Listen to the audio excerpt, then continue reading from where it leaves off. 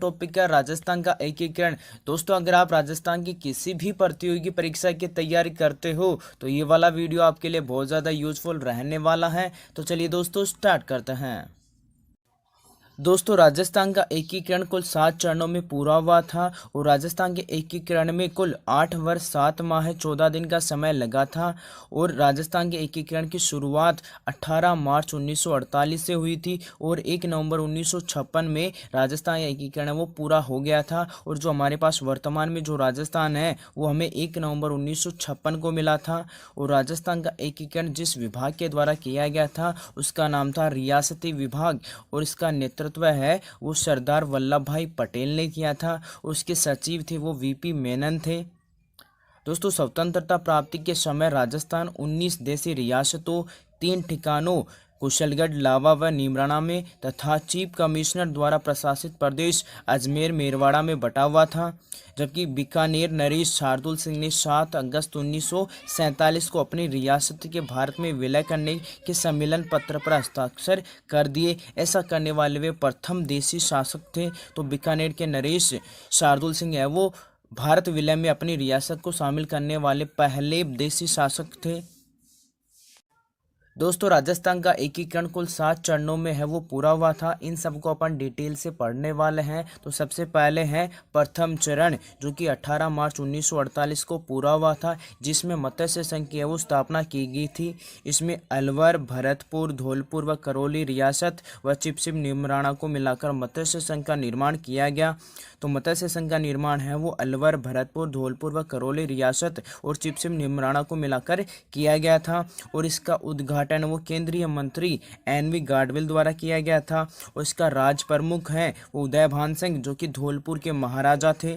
जबकि उपराज प्रमुख है वो महाराजा जो कि करौली के थे, उनको बनाया गया था। और मत्स्य संघ का प्रधानमंत्री है वो शोभाराम कुमावत जो कि अलवर प्रजामंडल के नेता थे। मत्स्य संघ का नामकरण है वो के.एम. मुंशी ने किया था, जबकि मत्स्य संघ की राजधानी है वो अलवर को बनाया गया था। चलिए दोस्तों, बात करते हैं द्वितीय चरण की जो कि 25 मार्च 1948 को पूरा हुआ था। और इसमें राजस्थान संघ की स्थापना की गई थी, जिसमें बांसवाड़ा, बूंदी, डूंगरपुर, झालावाड़, कोटा, प्रतापगढ़, किशनगढ़ व शाहपुरा रियासत तथा कुशलगढ़ चिपसिप को मिलाकर राजस्थान संघ का निर्माण किया गया था। जिसमें राजस्थान संघ का राज प्रमुख है वो महाराव भीम सिंह जो कि कोटा के महाराव थे। जबकि उपराज प्रमुख है वो बहादुर सिंह जो कि बूंदी के महाराजा थे। जबकि राजस्थान संघ का प्रधानमंत्री है वो प्रोफेसर गोकुल लाल असावा को बनाया गया था। और राजस्थान संघ की राजधानी है वो कोटा को बनाया। जबकि उद्घाटन है वो श्री गाडविल ने किया था। राजस्थान के एकीकरण का तृतीय चरण है वो 18 अप्रैल 1948 को पूरा हुआ था, जिसमें संयुक्त राजस्थान का निर्माण किया गया था। राजस्थान संघ में उदयपुर रियासत का विलय कर संयुक्त राजस्थान का निर्माण हुआ था। और संयुक्त राजस्थान का उद्घाटन है वो पंडित जवाहरलाल नेहरू ने किया था। और संयुक्त राजस्थान का राज प्रमुख है वो भूपाल सिंह जो कि मेवाड़ के महाराणा थे। और प्रधानमंत्री है वो माणिक्यलाल वर्मा को बनाया गया था। और संयुक्त राजस्थान की राजधानी है वो उदयपुर को बनाया गया था। और उपराज प्रमुख है वो भीम सिंह जो कि कोटा के महाराव थे। दोस्तों, इसमें यहाँ से क्वेश्चन पूछा जाता है कि संयुक्त राजस्थान के प्रधानमंत्री कौन थे, राज प्रमुख कौन थे, इसका उद्घाटन किसने किया, इसकी राजधानी कौन सी थी और उपराज प्रमुख कौन है। तो ये वाले क्वेश्चन है वो पूछे जाते हैं। राजस्थान के एकीकरण का चतुर्थ चरण है वो 30 मार्च 1949 को पूरा हुआ था, जिसमें वृहत राजस्थान का निर्माण किया गया था।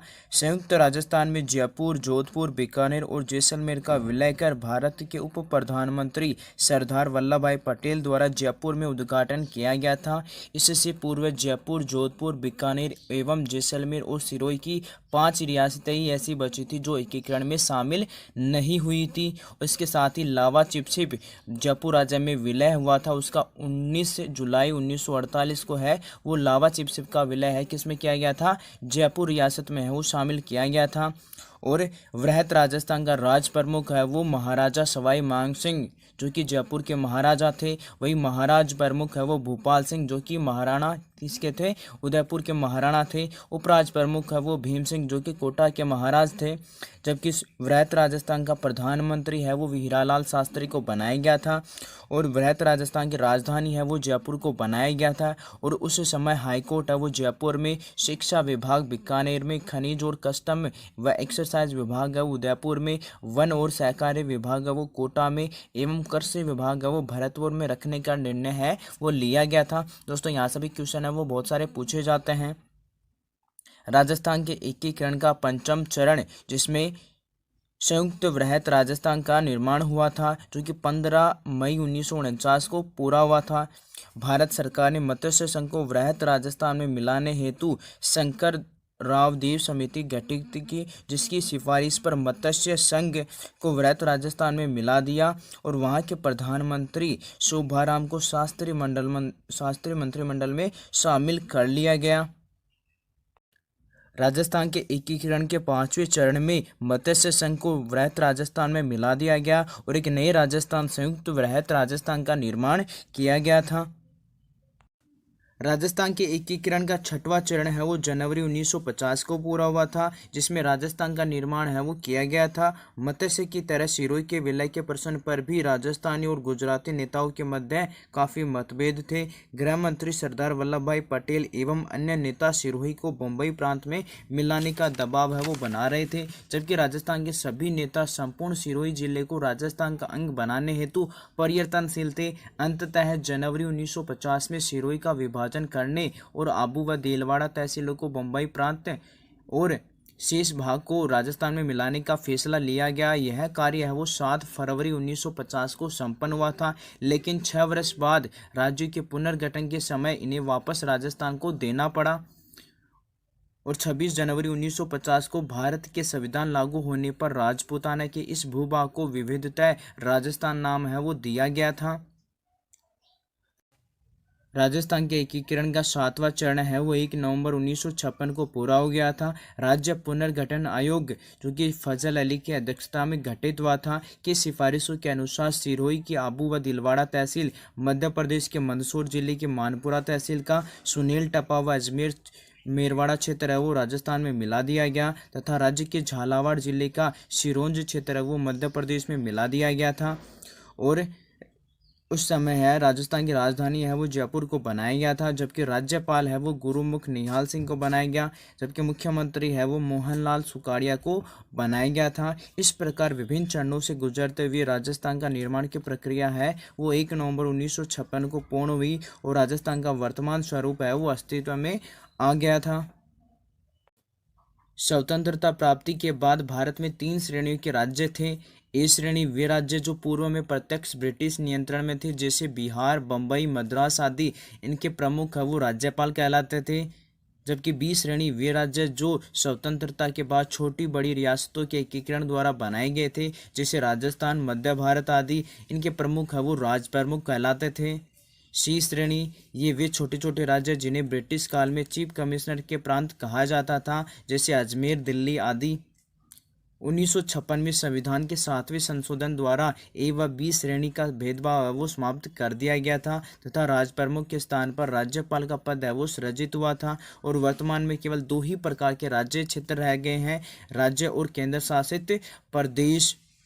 और मेवाड़ महाराणा उदयपुर ने राजस्थान की सभी रियासतों को मिलाकर राजस्थान यूनियन का गठन करने हेतु 25-26 जनवरी 1946 को उदयपुर में राजपूताना, गुजरात व मालवा के नरेशों का सम्मेलन बुलाया था, जो कि असफल रहा था। दोस्तों यहाँ से क्वेश्चन पूछा जाता है कि राजस्थान यूनियन का गठन है वो किसने किया था, वह कब किया गया था।